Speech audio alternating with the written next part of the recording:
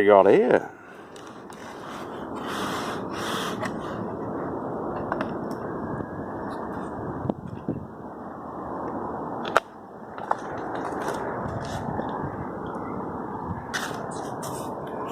We've got light.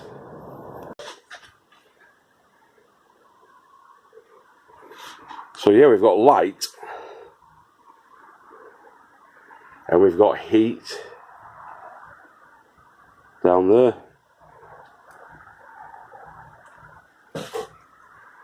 And we've got plants.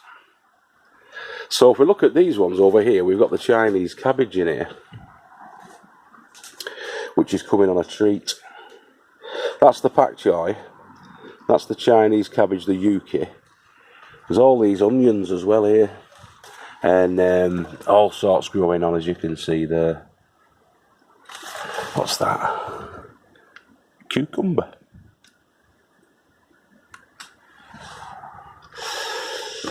Yeah, so there's all sorts. Venus flytraps, they've not sprouted as yet. And the titty melons aren't doing so clever. But we have got stuff growing on. We like to grow stuff, you see, myself and Mick. And that's the Chinese cabbage in the middle there. That's your pak choi. Those are the pak choi starts there.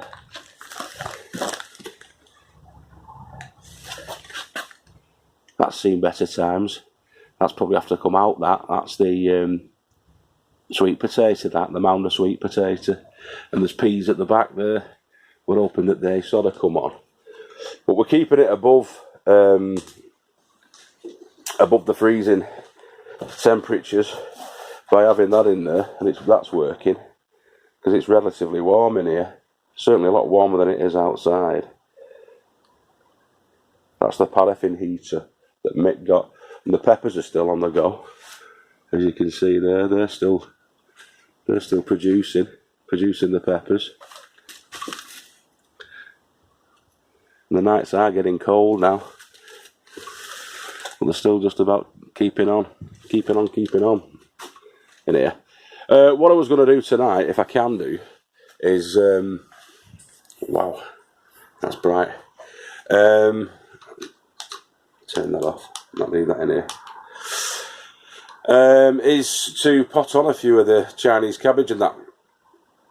So that's what I'm going to do. Hopefully we'll get a few of those potted up. I went to a little farm today. Well, that's a little farm.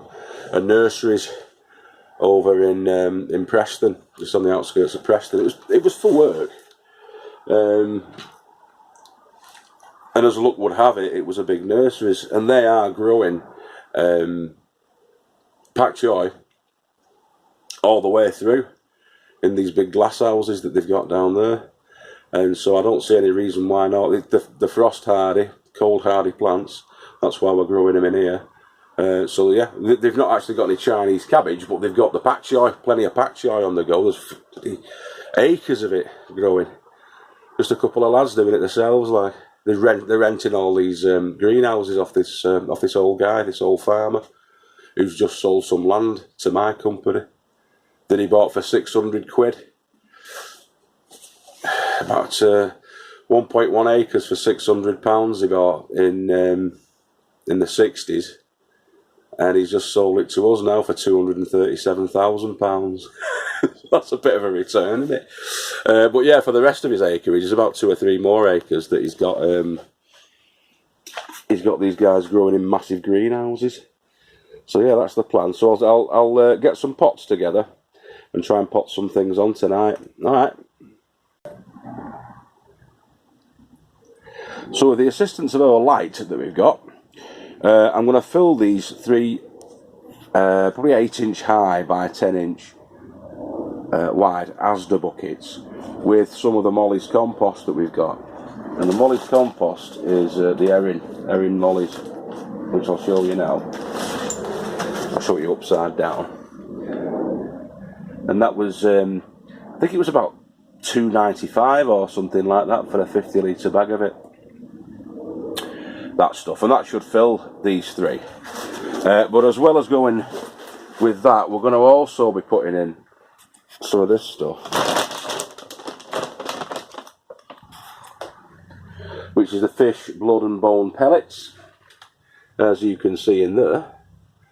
And they're going to be going into about probably the top half of this. So a couple of handfuls are going to go, well, probably an handful each. That's all it'll need really into these buckets. And then we're going to be putting some of the Chinese cabbage in. Now I'm thinking I'm going to put one Chinese cabbage in to each one of these buckets. You could probably get away with putting 2 or 3 of the pak choi in, but I think one Chinese cabbage should be about right for each one of these for the experiment. I've drilled in some holes into the bottom of it. In each bucket for drainage, and we're going to be keeping them in here in the heated polytunnel, the facelifted heated polytunnel. All right, kids. Yeah, that's my breath. Because it is cold tonight. It's only plus 2 degrees outside tonight. In here, it's about 8 degrees in here. Or it was when I first came in. It's probably about the same, about 8 degrees. But it is cold outside tonight. And so into the pots, which are the 10-inch by 8. I think it's 10-inch high. I think the 10-inch high. No, it won't be 10 inch. That'll be about 8 inches by 10 inches round at the top. Maybe 9 inches at the top. I've not got me tape measure with me today, so I can't be 100% on that. But there's our little starts, our little seedlings that have got the true leaves on now, which are the Chinese ones there. And I've stuck 6 in to the buckets. And as I say, we have the fish, blood and bone, which is the grow. What was it called? The Miracle Grow. Fish, blood and bone, which is just an handful into each one of them mixed in. I put it quite close to the top because they're not very deep rooted. These they'll only go down probably about 4 inches, 4 to 5 inches root wise. So that's where I've put the feed, the fish blood and bone feed, about 5 inches down into them. So we'll see how we get on with those. I've just stuck them up there onto the bench for the time being till Mick comes back and we can decide where they're going to go, these. They are cold hardy, so I think once they get a bit more weight and heft to them, I'm going to stick them into my poly greenhouse and see how they get on. But we've got all these starts here, and I'm not too fussed about putting them outside, these. I might stick these outside. The Chinese, they're a cold hardy, and the Joy Choy that we've got, this Joy Choy stuff that we've got here, Pak Choi, Joy Choy, that's cold hardy as well, and that's what I've been looking at today. The guy that I was speaking to down at the Pak Choi farm, if you like, says if they're undercover, they should last well into the winter. You're growing well into the winter. He said usually it takes about 10 weeks from seed to harvest, but in the winter time it can take around about 13, 14 weeks. Obviously you've not got the same amount of light and everything. He said, but they will take the frost. They'll take a mild frost as long as it's not too harsh. They'll take a mild frost, especially under cover. But try them outside. So we will do. We'll give them a whirl, eh? And there's the YuKi Chinese cabbage, which we've just planted in, which is this stuff in here. Yeah, you never know. All right. So that's me for tonight. I've not made any mess in here, Mick. You'll be happy to hear. And it is relatively warm compared to what it is outside. It's considerably warmer in here.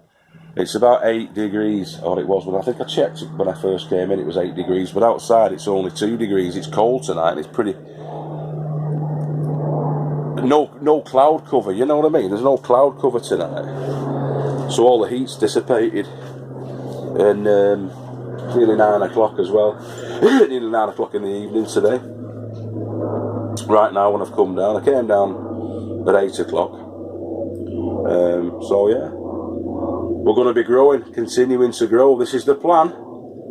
This is our plan on the yin yang. To continue to grow all the way through winter. I'll show you this banana plant that Mick's got here. There's the banana plant. And the browning on the leaves is a natural thing when the weather turns a bit colder. But as long as we can keep the roots relatively warm, we're going to be fine. So I might move that a little bit closer, actually, if you don't mind me, just a little bit closer to the heaters.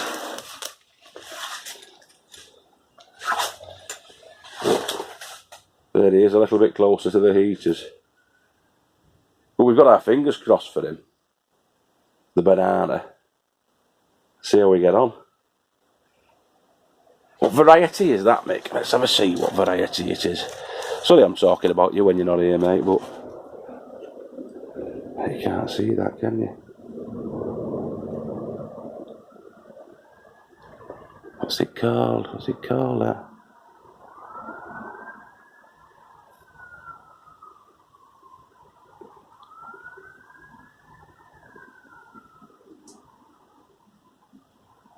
Twin banana? Musa Bastu. Twin banana? Twin banana. God knows.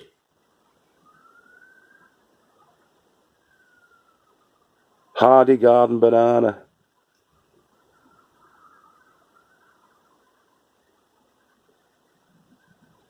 You can't read that, can you? You lot. Sorry about that. I can. There's too much light in there for you guys. Yeah. But we've definitely got our fingers crossed for him. Or her. Yeah, it's great. It's great being able to grow stuff when the weather turns. I mean, we've got hopes for the peas in here. You never know. Daft as brushes, me and him. But that's what you've got to be. You've got to try. You've got to experiment. And you never know. We're keeping it going anyway. We enjoy growing stuff. We like to see things growing. That's the main thing. Fingers crossed. We'll do all right. Okay. So we'll see you all next time. This isn't the video that I have planned on doing. We got waylaid yesterday because we were collecting wood. We were collecting timber for doing raised beds with. And I went down to this guy's place, a friend of ours, Howard and Fiona, and I was giving him a lift taking some decking out. He said, oh, come and take this decking out at the back.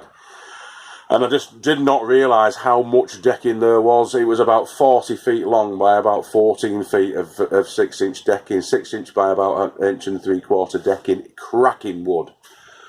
Some lengths were 16 feet in length, some lengths were like 12 feet. You filled a skip with it though, like a 36-yard skip. There's about 160 lengths of timber down there, which oh God Almighty, you could build raised beds for the entire allotment, all 62 plots. You could fill them with raised beds with what they've got down there, which we pulled out yesterday. We took all that decking down yesterday, and of course all the supports, all the sort of 3x2 and 2x2 supports that were there, 4x4 posts, all that kind of stuff, tons of wood, but I've no way of getting it back. I'll show you what I've already brought back. This weekend, hopefully, if it's not all gone, I'll be able to bring back loads of it. I want about 40 lengths of the 16 foot, but I've no way of bringing the 16 foot back without chopping it up. It's such a disappointment. I can bring back these sort of 12 foot lengths, which I'll show you now, but that's about all I can bring back because I've only got the Peugeot, the little Peugeot. We're knackered. There's a skip full of fine quality timber there, raised bed timber there, those decking planks, treated wood. Breaks my heart. Anyway, I'll just show you that actually quickly before we go.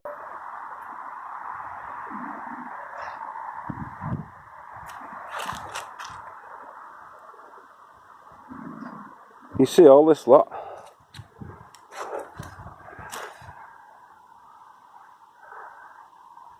I brought this up in the Peugeot. These are 12 foot lengths. Yeah. Some longer bits there, thicker bits. And all this, this can all be used for the posts, you see, for when you're creating your raised beds. So I want them 3 high, which will be 18 inches high, which will fit onto here. 1, 2, 3, and then that goes in the and then that bit goes in the ground. So you're talking 1, 2, 3 high, and then that bit, which is about 8 inches, goes in the ground. And you're making your raised beds. But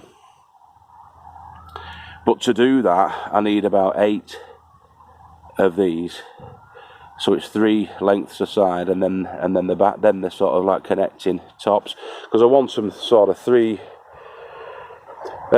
feet wide by as long as I can possibly get them. There's 16-foot lengths down there. There's 8 of these here, these 12-foot lengths, and there's about another 100 of these 12-foot lengths down there, which is only about 2.5 miles away from here. But it's how do you get them up? In a Peugeot, you can't, can you? We need a Leyland Daft van or a bloody big long wheelbase tranny, something like that. Do you know what I mean? That's what we want. That's what we need. Because Christ Almighty, we could feed the entire allotment site with raised beds, and there's nothing wrong with this wood. There is nothing wrong with that wood. It just needs brushing off, tidying up a little bit. It's a tragedy if we can't get that wood up here. Got to be able to get that wood up here some way. If anybody's local to Wigan and they've got a flatbed or a big van, let me know, and we'll have a meet-up. We'll sort out a meet-up. We'll arrange a meet-up somewhere, because we'll split it. We can have half of it and we'll have the other half, you know what I mean? I just love free stuff. And there must be about 1,500 quid's worth of wood there, easy. Easy. Those 16-foot lengths, there's about 16-foot lengths of that. And over 100 of the 12-foot lengths. And then like sort of off-cutty bits as well. Oh, God Almighty, it was massive. It was the biggest deck you've ever seen. It was like the North Pier at bloody Blackpool they were taking down.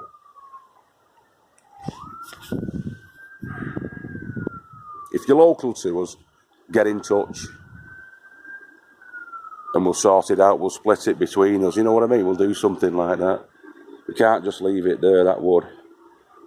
I can't get it up now. I can get 4 of those 12-foot lengths at a time, and that's sticking them out the back window and bringing them up. It's a bit dodgy like doing it that way, but it's the only way I could figure out to bring it up. We need it. We need to get this wood up here. Imagine what you could do with all that. There's enough to build a bloody log cabin with all that wood down there. Seriously, you could easily build a decent log cabin with all of that wood what's down there. It's such a shame. Such a shame. So yeah, please get in touch. In fact, Mark, if you've got a mate, allotment diggers, Mark, you're not far away from us. If you've got a mate and he wants some wood, pal, for your lads up there at your allotment as well, give us a shout. There's tons of it. There's a skip full of it. We just got to get it up. Got to get it up here. All right, and we've got about a week to do it. Because I think the skip's going back shortly, and they want to get shut. You know what I mean? They want to get rid of it. Once it's here. Right. All right. I'll leave you with the wood, just to wet your lips with, whet your appetite. Right. Catch you all later. Ta-da.